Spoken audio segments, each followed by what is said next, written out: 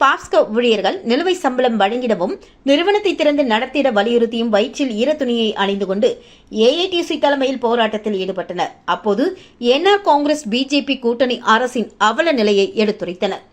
Rajiv Gandhi signal அருகே ECR சாலை ஒழுங்குமுறை விற்பனை கூட வளாகத்தில் நடந்த போராட்டத்தில் பாப்ஸ்கோ நிறுவனத்தில் வேலை செய்து வரும் ஊழியர்களுக்கு மாதம் சம்பளம் வழங்கப்படாமல் ஊழியர்கள் பல்வேறு இன்னல்களுக்கு ஆளாகி பலர் உயிரிழந்துள்ளார்கள் என்றும், இந்நிலையில் இந்த நிறுவனத்தில் பணிபுரியக்கூடிய ஊழியர்கள் ஆண்டு கணக்கில் பல்வேறு விதமான போராட்டங்களில் ஈடுபட்டு வரும் நிலையில் இவர்களின் பிரச்சனையை தீர்ப்பதற்கு அரசு முன்வராமல் அலட்சியம் காட்டி வருகிறது.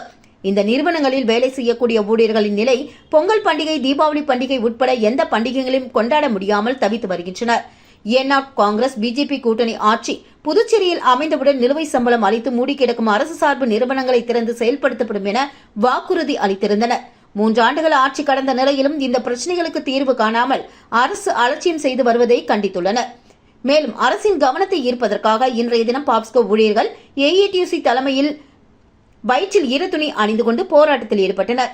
அரசு இனியும் காலம் கடத்தாமல் இந்த ஊழியர்களின் நியாயமான கோரிக்கைகளை ஏற்றி மூடிக்கிடக்கும் நிறுவனங்களை திறந்து நிலுவை சம்பளம் வழங்கிட வேண்டும் என்று இந்த ஆர்ப்பாட்டத்தில் கோரிக்கை வலியுறுத்தப்பட்டது.